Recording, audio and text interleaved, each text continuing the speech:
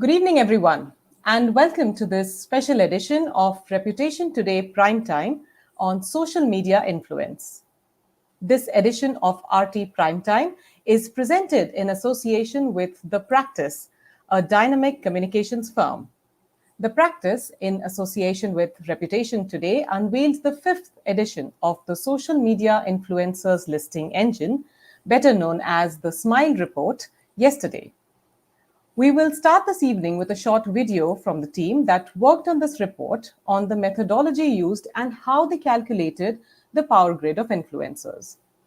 This will be followed by a panel discussion with communication leaders who feature in the list and also one who doesn't feature in the list for various reasons. Today's session with these leaders will lay focus on the new metrics landscape beyond likes and followers, measuring the true impact of engagement.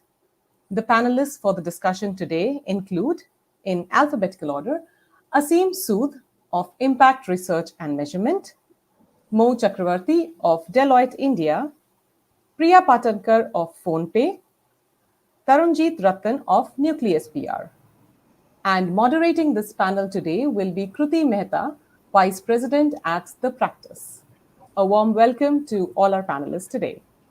Thank you. I also welcome all those who have joined us live on YouTube, and we request you to tweet your learnings using the hashtag RTPrimetime, and don't forget to tag our partner TPR India along with Rep Today Mag. Let us now take a look at the short video which tells us more about the methodology used for the report.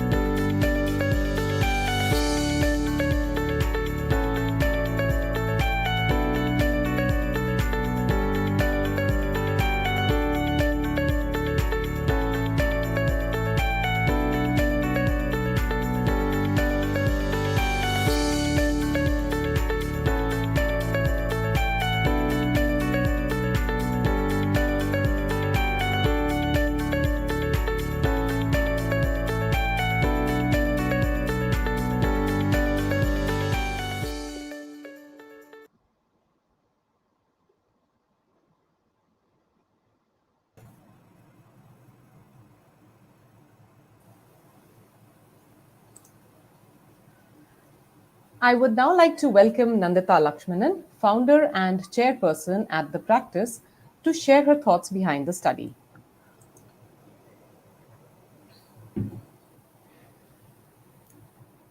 Nandita, you're on mute. If you could kindly unmute yourself. Thanks, Anubhuti. I hope you can hear me now. Yes. Thank you.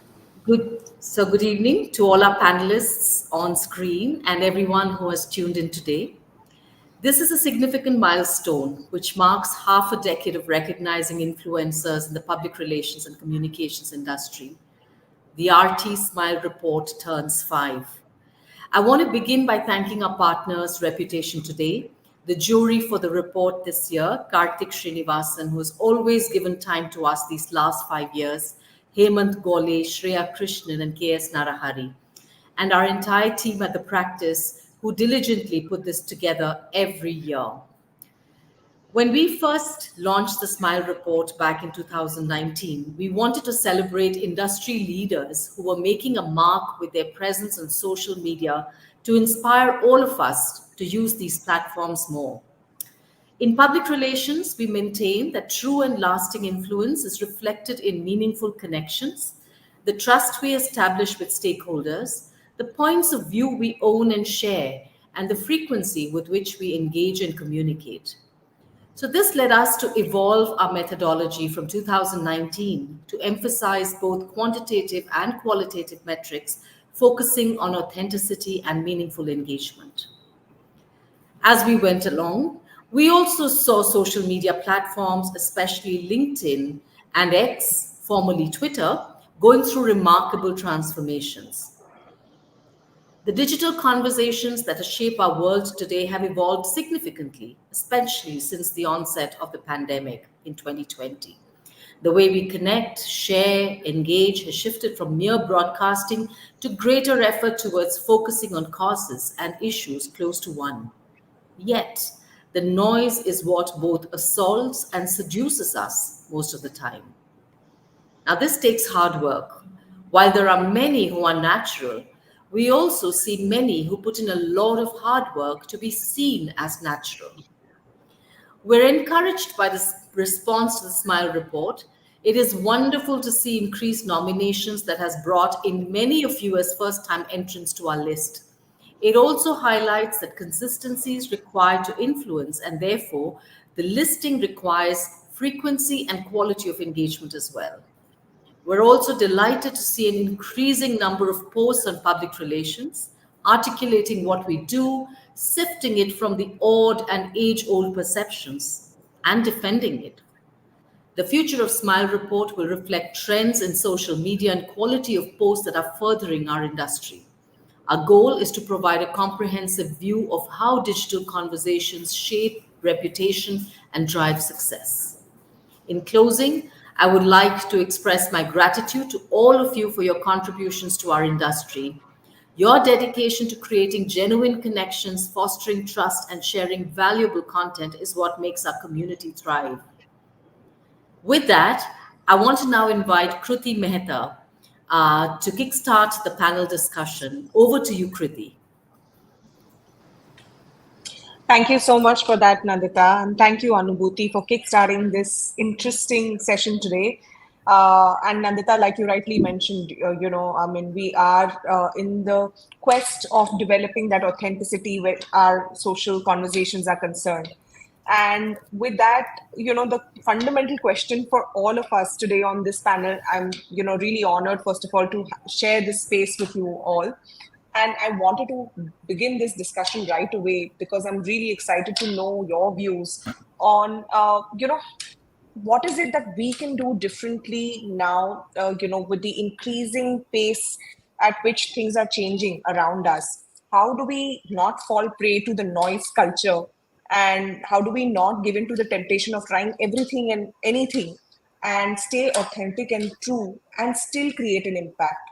And therefore, what does it mean? Where does the metric of engagement start to make more sense from an authenticity lens? If I can begin with you, Tarunji. Hi, Kruti. I'm glad to be on this panel today to, discuss and understand, help others understand the power of personal branding and also the importance of all of us being out there talking about our profession on various social media platforms. First of all, hats off to all of, all the PR professionals who are out there talking about the profession, because for a very long time, we've been talking about PR in the shadows, and it's time for us to come out and take our place under the sun. That's fantastic. Now, the question that we need to ask ourselves is, what is it that actually creates a brand like this, right? Creates a brand for an individual, so to say. And I would all rest it down to authenticity of what you're talking to, who you're talking to, and what is it that you're talking about, right? How does it resonate to your experiences as well as your audiences is what will make the difference. I'll give you a small example. So I would, as part of a PR campaign, we would always tell our clients that you need to be on LinkedIn, you need to be on Twitter, right? One of Yeah. these clients, I think late December, turned around and said, "You boss us around all the time, asking us to post on LinkedIn. Why is it that you are not doing it?" Right? And I would be very sporadic in that sense, in terms of the frequency of my posts. It was either when I was very happy or I was very angry that I would start posting on LinkedIn or on Twitter. So I took it on as a challenge. I said, let me see if consistency and authenticity is something that I can actually talk about and I can actually create something out of it or for my brand, right? And I think it took me around 3 months of consistent, authentic post to then be awarded a LinkedIn Top Voice position. And I think that was something that was a turning cornerstone for me as well, because I could turn around and tell my clients that if I can do it for a profession as niche as PR and create conversations that resonate with an audience out there, right? There is definitely something that you can do. There is definitely a plan that we can create, a strategy that we can create to create a personal brand for a leadership team or a particular company, a particular brand, or a founder for that matter. Right. Thanks so much, Taranjeet. Which, you brought up some very relevant points. It is only when we put our hands in the clay that we understand the true power of what social media can do. Which brings me to my next question to Asim, to provide his perspective on the same, how building an authentic voice can lead to engagement and how do we measure the impact of that? And that's a very wide question, but I must tell you, overall, authenticity is what drives engagement with the right stakeholders. If we're not authentic, then people are not going to engage with the content that we put out. So it's very simple to understand that yes, you need, if you want to connect with the right people, you have to be authentic. Now, how do you measure that? There are different ways of measuring that. And in fact, it all depends on what is the objective that you've set for yourself. What I'll do is I'll quickly show a slide in which I've presented here. Um, if you look at this chart from left to right, depends on what is it that you're targeting. Are you trying to create an exposure for the message or the product that you're working on? Are you working on creating engagement, or do you want to influence the stakeholders with some messages or some on some certain behavior? So depending on what is it that you're trying to do, you can always work towards creating a measurement program for that. Got it. Thanks so much for sharing that, Asim, which brings me to the brand side of the table, which will provide another interesting perspective. While we'd all like to have an authentic voice, I think measurement becomes very, very critical when you're sitting on the brand side. So, Priya, if you can bring in some view on, how you look at engagement, while treading the balance of authentic voice, but still having some measure in place. And what is that measure? So, Kruti, my journey into PR was a relatively late one and an interesting one. I used to actually manage demand generation for a very long time, and even when my Right. current role was responsible for that. And I remember the first few months when I took on this role, right? I came from a world where everything was measured. I could predictably tell a business head that this is the number of units and visits I'll be able to drive, or this is the extent of engagement which will happen. Because demand generation has to be predictable. If you can't predict demand, down the line the Exactly. business will suffer. And PR, a couple of years back, was very very uh, gut and instinct driven. I'm sorry to say we were not measuring as granularly as we are now. We were not even having these conversations. Measurement was an afterthought. It was nice to have. It was mentions. It was people who've written about us. And I'm so glad the landscape has changed in the last couple of years because one, businesses are demanding that predictability even from PR. The first question a business head asks me is if it's a new launch, right? The Hmm. demand generation function is actually signing up for this. What is PR signing up for? So Hmm. I think one, having that, we all talk about having a seat on the table. That only happens when we are a little more predictable in our outcomes and results. And I'm the loudest cheerleader because I've seen that journey and seen that transition.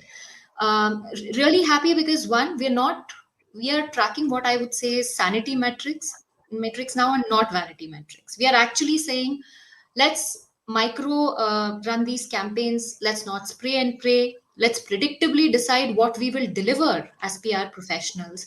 And I've noticed Hmm. there is more respect. There is actually once businesses see the value in what you are bringing, they are the conversation is just very different. I mean, we are talking about target Yeah. audiences, targeting small, targeting right. So I think brands are realizing chasing the right metrics can't just be likes. Paid engagement exists, bots can buy you the likes, but that is not what any brand wants. That's all I'll say.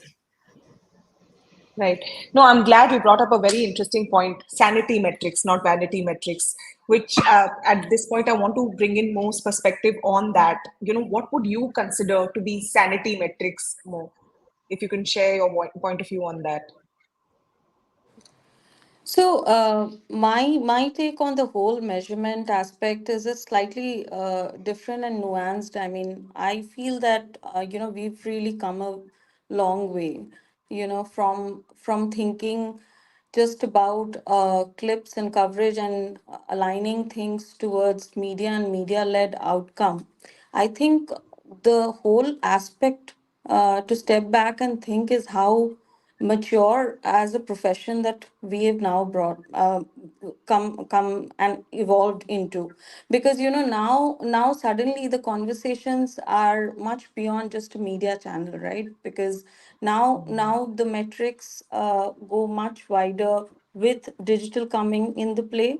Plus it also kind of entails a lot of owned and shared platforms, right? So suddenly Mm. you are expected to kind of see a full spectrum or a 360-degree, as we call, in the marketing mix, Yeah. which suddenly, kind of gets a marketeer's lens towards not just the direct media engagement, which is a very important stakeholder, by the way, changing perception, but it also brings in direct touch point with the customer or the client itself. So now, as a PR strategist, one is expected to also measure things, which is to me, even in terms of a direct conversation or a feedback.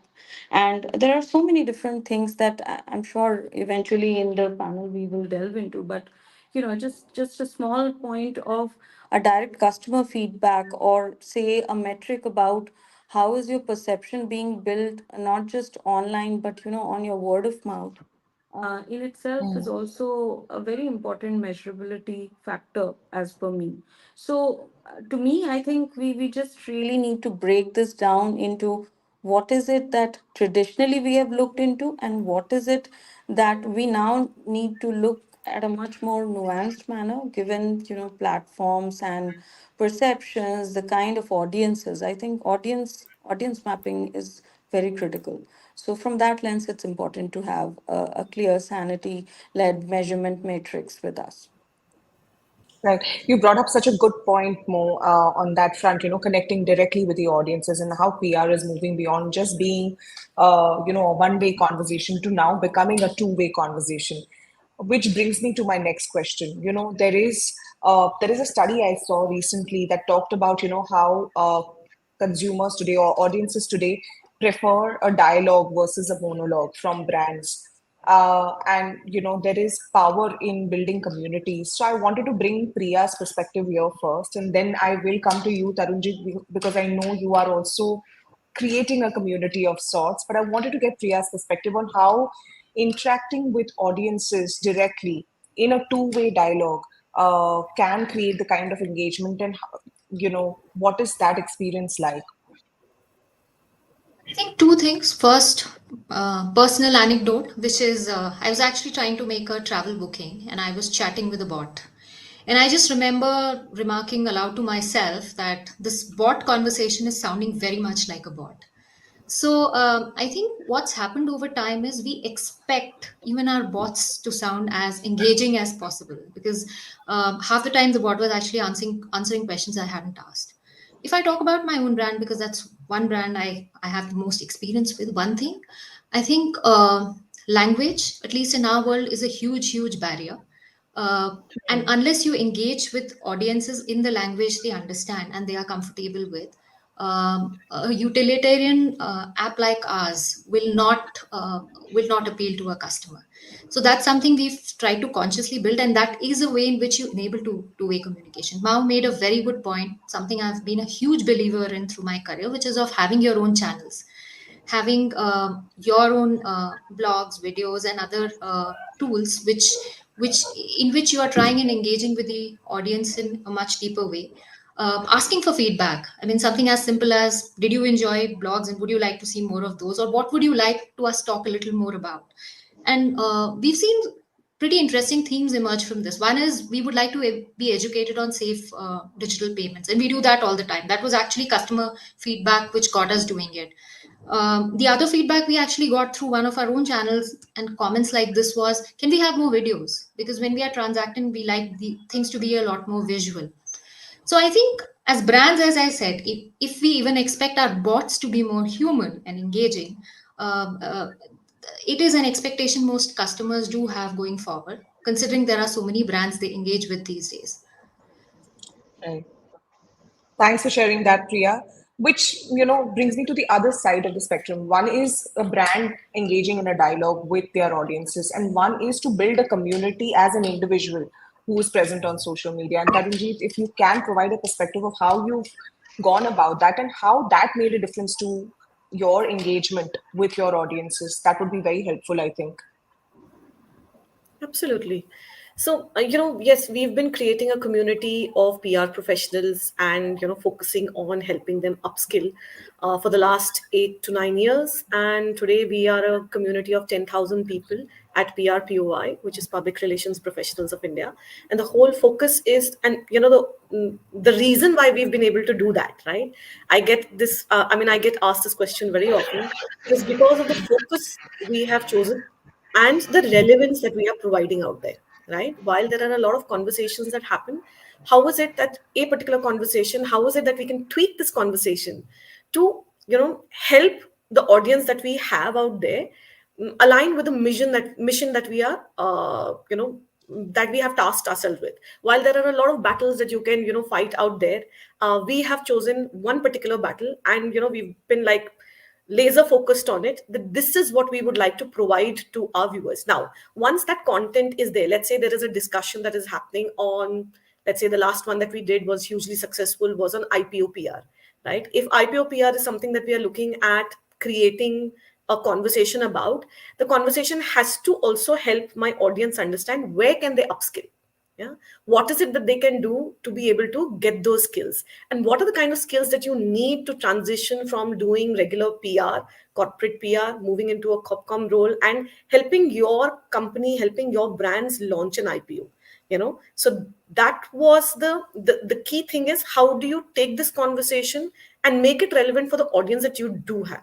Now, once this conversation is done, you split it up, and the kind of post that you put up, let's say on a LinkedIn versus a Twitter versus an Instagram, the audience is very different in each one of these, right? The kind of conversation, the kind of content that they expect out there cannot be the same copy paste stuff that you put on every platform, right? So we've invested our time in making sure that we create relevant content for each of these platforms and help them understand this is how you need to upskill. And the whole focus is again focused on the whole conversation is focused on helping them upskill.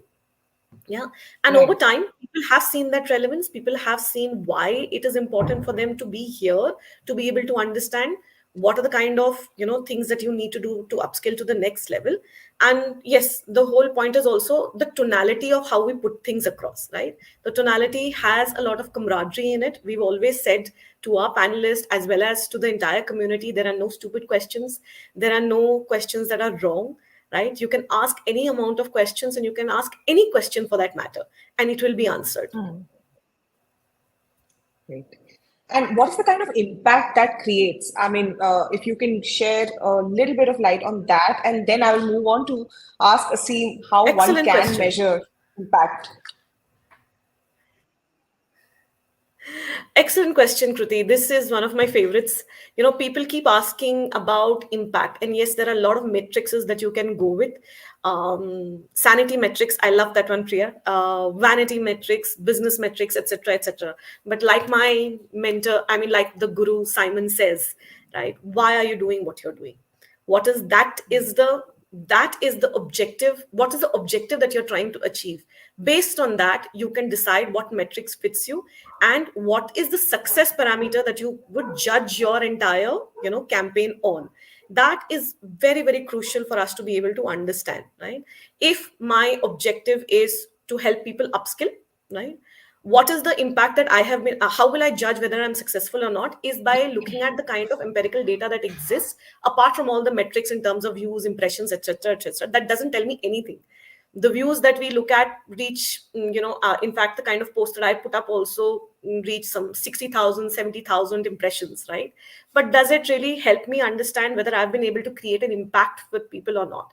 The only, the success parameter that we judge our success on is empirical data that comes in the form of emails, in the form of DMs, that help me understand that there are mostly thank you notes which come in, where people help us understand that, thank you for helping me save my job. Thank you for doing this session because it helped me get my next promotion, right? Others have reached out to us saying that, you've helped me pivot my entire agency so that it has Wow. helped me, in fact, during COVID, right? We captured a lot of these in terms of, screenshots, etc., to save and post on our board, because this is where the real impact is. This is the impact that we've been able to create, and we're proud of that. So no amount of impressions and engagements and all vanity matrix that will help us understand impact much more than an email that we get out there, or a DM that we get out there, or a comment that we get out there saying that this has been one of the most valuable sessions, Right. or you helped me save my So, job. That is one that I have put up on my softboard out here, because that's why I do what I do. no, true, so true. But I want to get a different perspective from Asim, which focuses on the technology that we interact with today, the kind of tools that we can use to measure impact, and how we can educate our teams and our clients better on how to measure impact. While there are a lot of technologies and tools available to do all this, I must tell you, I need to take a lead from what Taranjeet said earlier. Setting the right objective and clearly communicating it to our team members is the most important element for any successful measurement program. If you don't do that, even if you have the best of the technology available or tools available, you will not succeed. So that's the first point. The second point is, what you need to do is you need to start looking at some of the established frameworks. Um, AMEC, which is the Association for Measurement and Evaluation of Communication. At AMEC, people from all over the world have gotten together, and we have created a lot of frameworks which guide you on how can you go about building a measurement campaign. And in doing so, how do you start from objectives and reach the end, which is understanding whether we were able to meet those objectives and what was the impact of our communication. So these established frameworks are already there, and all you need to do is just learn these frameworks and then work with them. And the third thing, which also somebody said earlier, which is drop those vanity metrics. And so there are a list of metrics which are also available as advisory from in all of these frameworks. So you can actually identify, depending on your objective, what is the right metric that I need to pick up, and how will it work for me. And one thing very interesting which Priya and Mo said earlier, which is focus on owned platforms also. So a lot of times what happens is when we're working with external platforms, we have limited metrics available because those platforms give us Hmm. limited metrics. When we have own platforms involved in it, then we have much greater control on what metrics can we pull out from that campaign and assess whether our campaign was successful or not. Right. Asim That's brings a so very important interesting. point. Sorry, Kritik, Yeah. if I may add to that, Asim brings a very important point out here. There are so many frameworks that already exist. Now, the PR industry is at a very, very interesting juncture where we can actually create something that will help the industry evolve further, right? There are so many, like we tell all our clients, there is no one size, one campaign that fits all, right? There is no one Yeah. measurement matrix or a success parameters that will be standardized, that can be standardized. There are these matrices that exist. Pick and choose ones that align with your objective, and then you can determine success, right? This is something that we have to intrinsically repeat over and over again till people understand that. Otherwise we run the risk of inventing another AVE model, which will then become digital, and we don't want that. Certainly not. Uh, yeah, so, but I'm going to jump back because Asim made a very interesting point around own properties, and more, you mentioned it earlier. I was hoping you can share some example of how an own property has helped create impact. If you have any, up your sleeve, that would be great for us to understand, you know, how engagement works differently on an own property as opposed to a social media property. All right. So, see, Sure. by own properties, we are referring to our own blog, our own website, even a simple element like a forwarding link that you can add to a Right. social media post, which you have control over. So, for example, I tweet something and I add in that a link that I can monitor. Then I will know exactly how many people clicked on that link, where are they coming from, uh, did they pick it up from Twitter, or was it something that was shared with them over a personal network, social media network? So the control that you have over a number of elements around such owned products is far, far higher. So, in a typical corporation, what happens is that imagine we have our own website and we have been promoting a certain idea or a product, and we want people to come to our website to look at this product. If we add all those frequently asked questions or details or videos on our own website, then we can always go back to the uh, owner of our website and say, these are the things that I'm interested in figuring out. I want to know which platforms did these people come from. I want to understand, was there a specific post which got me maximum number of people coming to my website? Now our own website owner will be able to help us get all these insights much, much better than any of these external tools, which will demand money to offer me such analytics. Right. And Right. if I may add, I had a few points to also kind of add on to what Asim is saying. So obviously, there's better control. There's obviously a greater amount of content that you can share. There's no set defined way of going. You have enough ways and means to dabble into different means of creativity when there's an own channel, right? Because there you actually explore and you actually analyze how the audience is behaving, and based on that you kind of improvise, right? But the other benefit, which is a very substantial and a concrete benefit that comes on own channels, at least I have sensed it, is these days this is also a great channel for lead generation. You have enough number of inquiries that come to your websites, and they eventually then lead to business conversations. So it is not just about building perception or analyzing content, how your audience is engaging. It is direct business benefit. And I myself, I mean, there are instances where I have got these questions that are coming straight from the website. They are all related to communication and marketing, but eventually the discussion actually alluded towards business discussions. So it's a great channel again for business benefit, straight away, very actionable.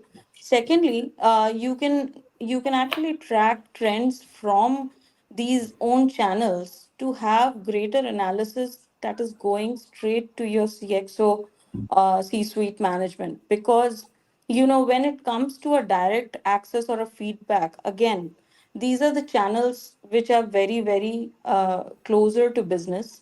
And every business in today's day and time is actually hosting a website with some kind of a feedback form, some kind of a gated way of downloads of reports to also track, whether the reports or any kind of information that you've put out, how is it like performing. So it's also, in a way, if you think, we are now twisting the channels in a way in terms of creating more product avenues where we can actually engage with these platforms more like products and how they are performing, to then determine what is the business strategy. So to me, it's much more than just a channel.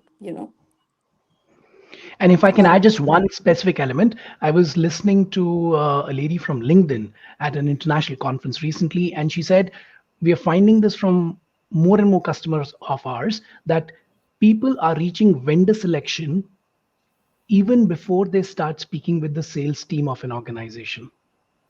So just by reading about the company on various platforms, buyers are reaching vendor selection, and so far they've not even spoken with the sales team, which was very, very powerful. That's really interesting. Priya, if I can come to you next, to talk about uh, how you see engagement evolving over the next 2 years, and what do you think about how, the metrics will change over time from just being about likes and followers. We've had some very interesting discussions today on, aligning the objective to the outcome and not just looking at the standard likes and follows. But if you can talk about some of the trends that you anticipate coming up over the next 2 years, that would be wonderful. Couple of things, and I see that happening myself. I always say I'm highly influenceable because whenever I go to Insta, I seem to get influenced very easily. My bank account will vouch for that. So I think one of the things I've noticed is that even when I'm highly influenceable, me is also going on social platforms. I want to engage with people like me. I mean, Mm. I'm very passionate, and actually, Taranjit spoke about something which I strongly resonate with. See, I can't stand for every cause, but there are causes I feel very strongly about, right?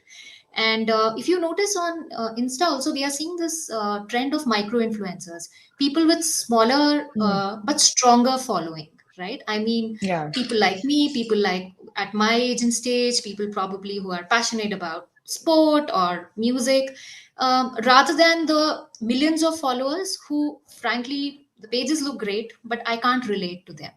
I think over time, this is going to be a strong trend. Which is why I think community building becomes important. Having informal channels of communication, even when it comes to your customers, is important. Letting your customers evangelize some of those channels, right, rather than just because it's a way to listen and learn from your customers rather than always steering the conversation to an official channel and an official handle. I think those will be very important things.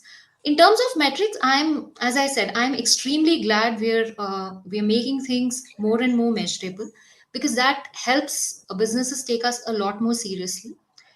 Businesses also realize when it comes to some of the tricky communication in terms of, say, a crisis, right? We are the first people who are put out there. Whether it is what you talk about, what you tweet, at what cadence do you engage, those are conversations the PR and comms and marketing teams are now steering. One thing, I know you haven't asked me this, but I feel strongly, so I want to put it out here, put it out now, is I think one thing which AI and ML is definitely helping us with is more predictive analysis. And I want to see more of that. As a communicator, I want more of that. What if scenarios, right? Sometimes we just go blind. There's an absolutely new launch, there's no playbook, or there is a kind of communication I've never tried. And I'm being asked, what if you put that out, what is likely to be an outcome? So if there is a wealth of information which can help me predict, okay, this is what is likely to happen when this happens, right? It really makes my life easy. At least I start thinking of those scenarios. So as I said, I'm sorry I shamelessly plugged this in here, because I very strongly think this is a very important use case which I would like to see and use more of. Oh, thank you so much for that, Priya. And not at all. I mean, AI is top of mind for all of us. And I was hoping when, Asim shared some new tools, he would talk about what AI platforms we can go to or how we can, predict better. So, Asim, you're up next in terms of trends. What will we see changing in terms of the measurement metrics that we have today versus what we will see tomorrow? Okay, so there are three things that I want to share. But before I start sharing those three things, I want to tell you, going forward, actually everybody's working towards making things simpler. How do you create something which is simpler to understand? Tools and technologies that we'll be using to do that will be quite complex. So the first is artificial intelligence and machine learning are definitely making things easier and more effective for everybody. I think, especially with the LLMs, the ability with which you can ask very simple questions without realizing what is being done in the background to get you those right answers is absolutely fantastic, and it's only going to increase going forward.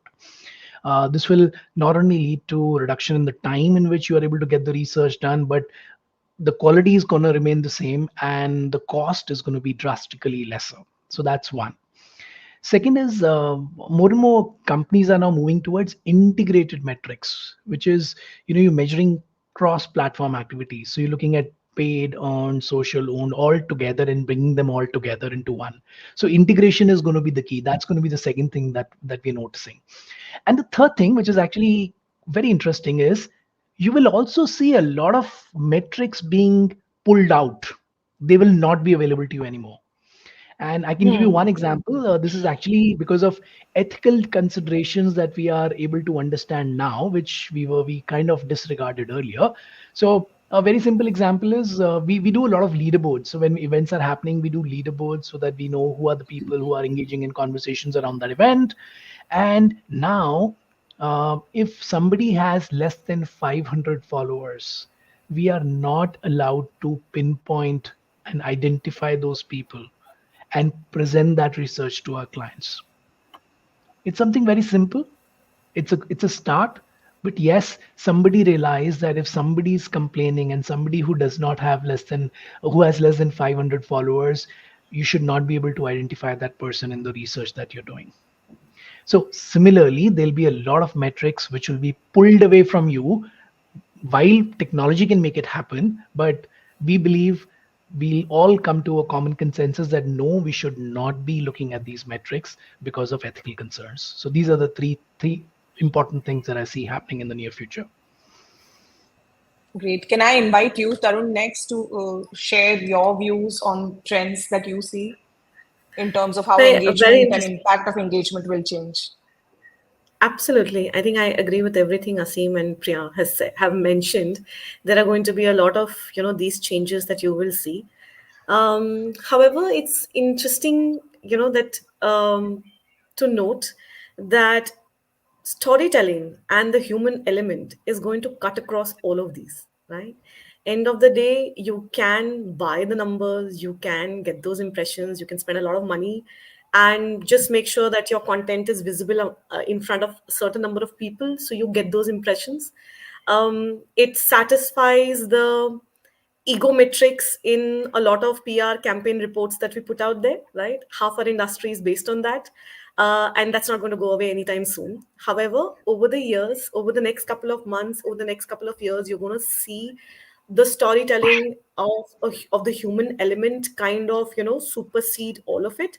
And then I'm going to tie it back to the one core thing that a lot of brands and a lot of personal brands are going to start understanding is the why of what you're doing. What is your objective? Why are you doing what you're doing, right? If your objective is to get your next promotion from, let's say, a LinkedIn post that you're trying to create out there, if you've gotten that, great. None of the other measurements, etc., matter to you. If your objective is to get that next sales, which is worth a certain ticket size, and you've gotten that through one comment or one DM or one, like that has happened out there, the rest of it doesn't matter. If it does not meet your business objective or does not meet the core objective that you set out there for yourself, everything else will fall asunder. Great. Thank you so much for sharing that. Mo, can I finally ask you to round up this discussion with your point of view on the trends that you will see in terms of how we will measure things differently, apart from likes and shares and followers?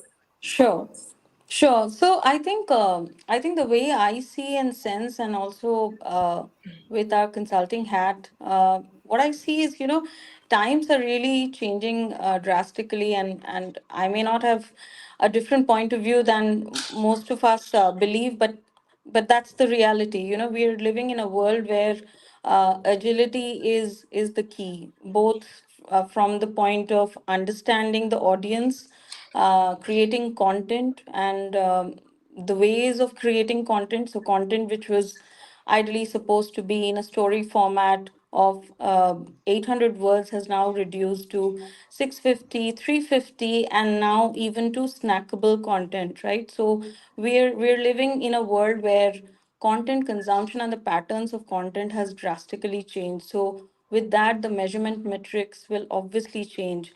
So, from the age of AV, we are now perhaps going to get into a deep dive of sensitivity of what is the kind of sentiment, what is the kind of tone, what is the kind of human centricity that's coming in. So that's the next genre that is going to happen. I also feel very strongly like, with the country really rising the scale of digital and where we are headed as a country, I think we are going to see a lot of change in terms of how technology will aid not just to the tier one cities, but a lot of good innovations will come deep down from the tier two and the tier three markets, where a lot of developer talent is sitting out there, really creating the kind of LLMs that we are seeing, right? So every LLM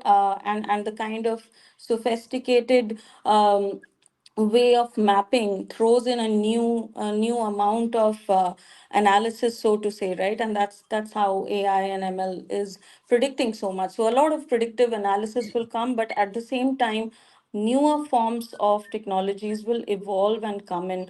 That is my third big thing. And the fourth thing, I think, as a community, I think we are moving quite into the mature era of understanding CXO and boardroom discussions quite a bit, which means we are getting more closer to the customer and the client. So we are no longer just the periphery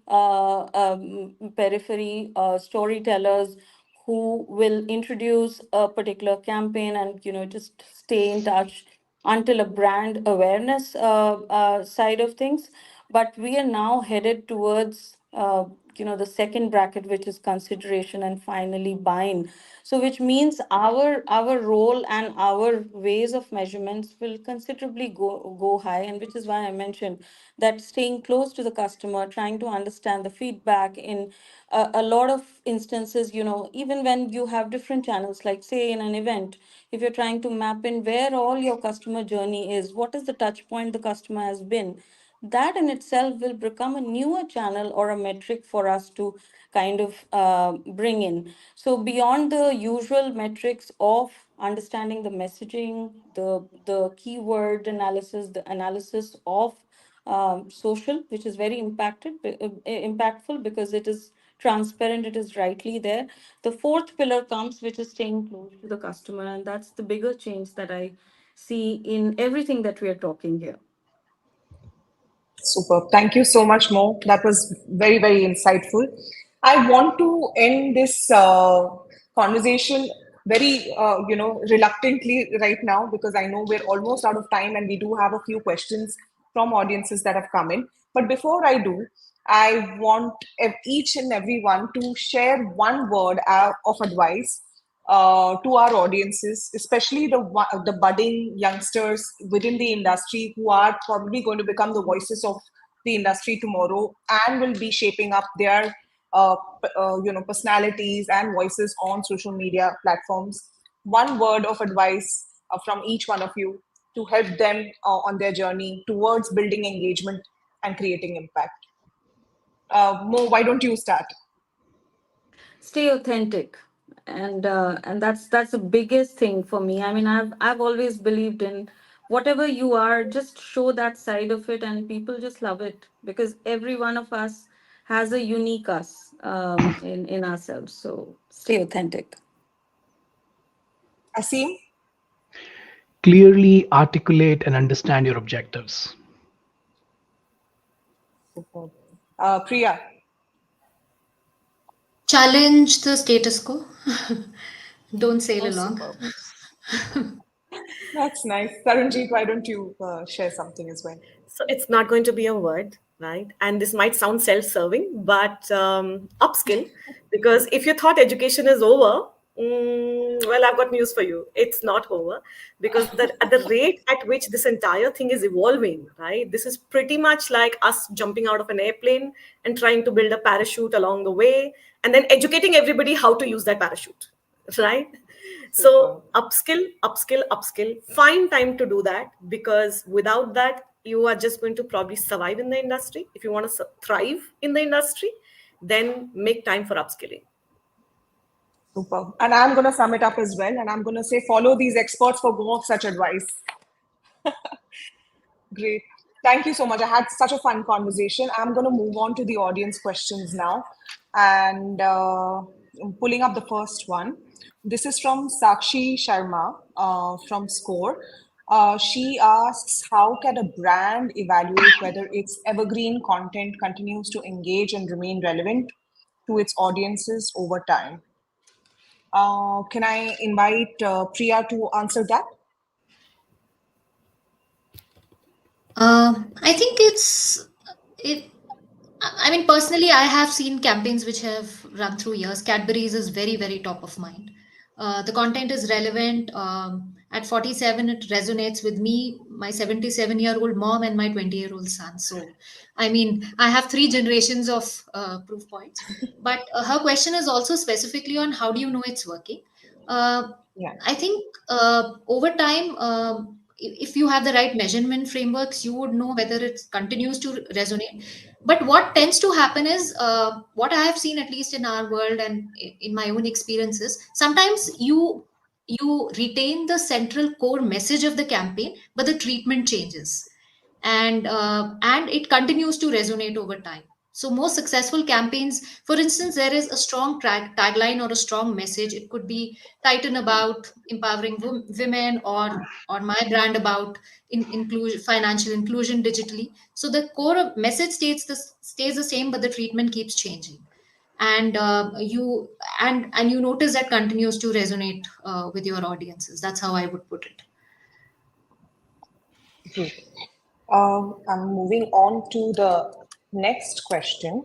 Um, Asim, I'm going to point this to you. How can we incorporate qualitative measures and sentiment analysis into the evaluation of social media impact beyond just relying on quantitative metrics of likes and followers? This is from Shaili Lodaria from Score. Well, this is very easy to do as long as you have clearly defined the messages that you want to be connected with. So, if you have defined the messages, the issues, then what you can do is you monitor all the content that is out there around your brand, and then you start bucketing into those different buckets to say, so many messages, so many articles, or so many conversations were there on this specific issue, so many conversations on this specific issue, and then you are able to then analyze all the content all put together. In our parlance, this is what we call assistive measurement, which is we identify the issues that we need to analyze for. The second analysis that we do, we usually term it as freedom analysis. Freedom analysis is wherein we use artificial intelligence and machine learning technologies to say, just go through all this content and identify what all issues are being talked about in this content. And automatically the technology will come up and say, oh, there are these 23 types of conversations happening. And in these conversations, these issues are being discussed that we are associated with. And then again, you can go on and do some analysis. So two ways. One, you identify the issues and messages beforehand and then start doing the analysis. And the second is by letting the technology figure it out on its own. But the good news is that now both these approaches can be used very, very easily. And anybody can start doing this as long as you're following the right methodology. Great. The next question I have is from Pratibha Darich. And Taranjeet, if you can take this one. My question is, how can brands use negative feedback as a metric to improve engagement strategies and customer satisfaction? I think we spoke about this a little bit during our discussion, but if you can shed some more light on it. Yeah, in fact, I'm gonna continue what Asim said, because that was, I think, the first part of the answer, right? After you Yeah. figured out what are the key things that are, Issues. challenges or issues for your particular brand, view it with a lens of practicality without getting emotional about it. Because when we are working on brands, we tend to get very emotional, especially if you take ownership of it, and sometimes you can't see the fact that the other person could be right? So view it with a lens of objectivity, and once you've done that, then decide whether it's worth your time, whether it's worth correcting. Okay, if it's worth correcting, well, move the right channels to make that happen. And you will be very surprised, a lot of times communication teams actually lead this feedback back into brands, helping them understand what is it that is going wrong, what is it, what is the consumer sentiment that they need to address to be able to move forward into the next phase of growth. Got it. Thanks so much. And more finally, I have one question which perhaps you can address. This is from Saloni Kumari of Score. She asks how brands can evaluate which type of content generates the most meaningful engagement. Yeah, so I think again, to analyze a content, I mean, content has to be first seen as to where it's going and getting posted, whether it is on the internal channels or an external channel of a brand. Because for internal, for instance, you have certain tools which clearly kind of try and understand what is the kind of messaging that you are trying to drive for your internal stakeholders, and there are few that apply generally for external communications. One is have a demarcation of what is your, whether it is inward out or outward in, right? The second is, when you think of analysis, the best way is to break it down into what is the objective and try measuring right from there, whether the objective that you had set is getting met or not. Again, there are various tools in terms of, like, Asim mentioned, Tarun mentioned, a lot of tools to kind of help and try and gauge what is it that's coming out of the message, right? So whether the objective that is set has been met, whether the campaign has really hit a certain amount of measurable metric that you set. It could be a metric that you together decide with the management, and then kind of measure it from there. So there are various means, whether it is share of voice, or say it is a number of like or engagement digitally, or you go deep down into analysis with respect to keywords, etc. The point is, you will need to break that down and further see whether the content consumption really led into the engagement. So that is the second part of it. The third, of course, like I was saying, and I keep repeating, a lot of listening is important in today's day and time.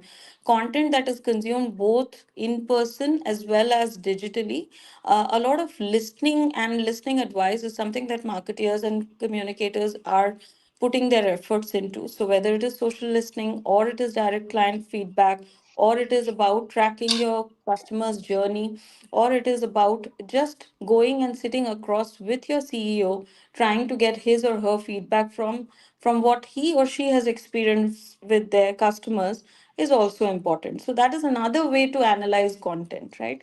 So that way, if you see, there are various stages that one can take depending on the traditional or the digital means of content.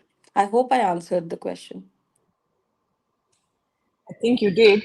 The last question I have is actually a very fun one. So the student Grace De Silva from Score has asked, are meme pages truly impactful in PR? So I'm going to pose that to each one of you with a caveat at my end.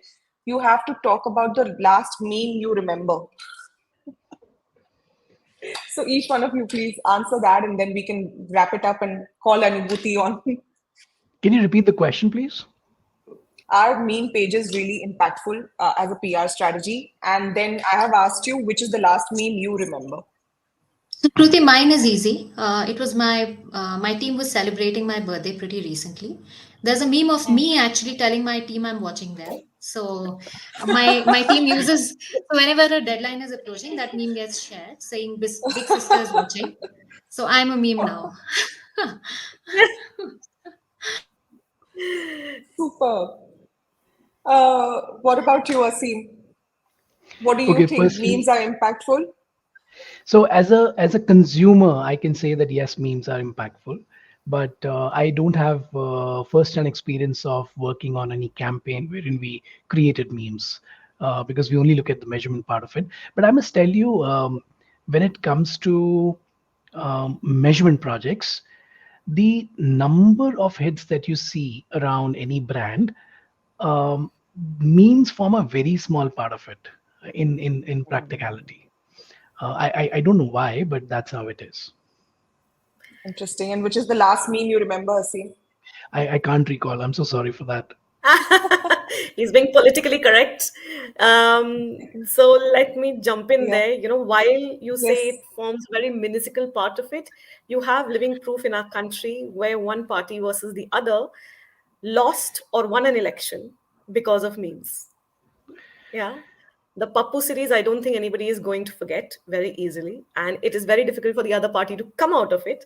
It still has a huge lingering effect. And if that didn't count in any metrics, for so to say, then there is something missing because the impact is still being felt. Yeah, and the last meme, I think nobody can forget Miss Sitaraman's, memes. And what I do remember is her reaction to them, which was priceless. Right. Mo, what about you? What is your take on No, memes? I certainly I certainly feel it works wonders in the digital age. We cannot deny the fact that it resonates very quickly. The thought seeps in quite quick, and because we are also living in an age where we're dealing with millennials and Gen Zs, this is a quick way to kind of allude a conversation towards a particular theme. So I think it does work. I can't really say how it works for B2B brands, but for B2C brands, definitely it works, and it has worked. For anything which is mass consumable, I think it works.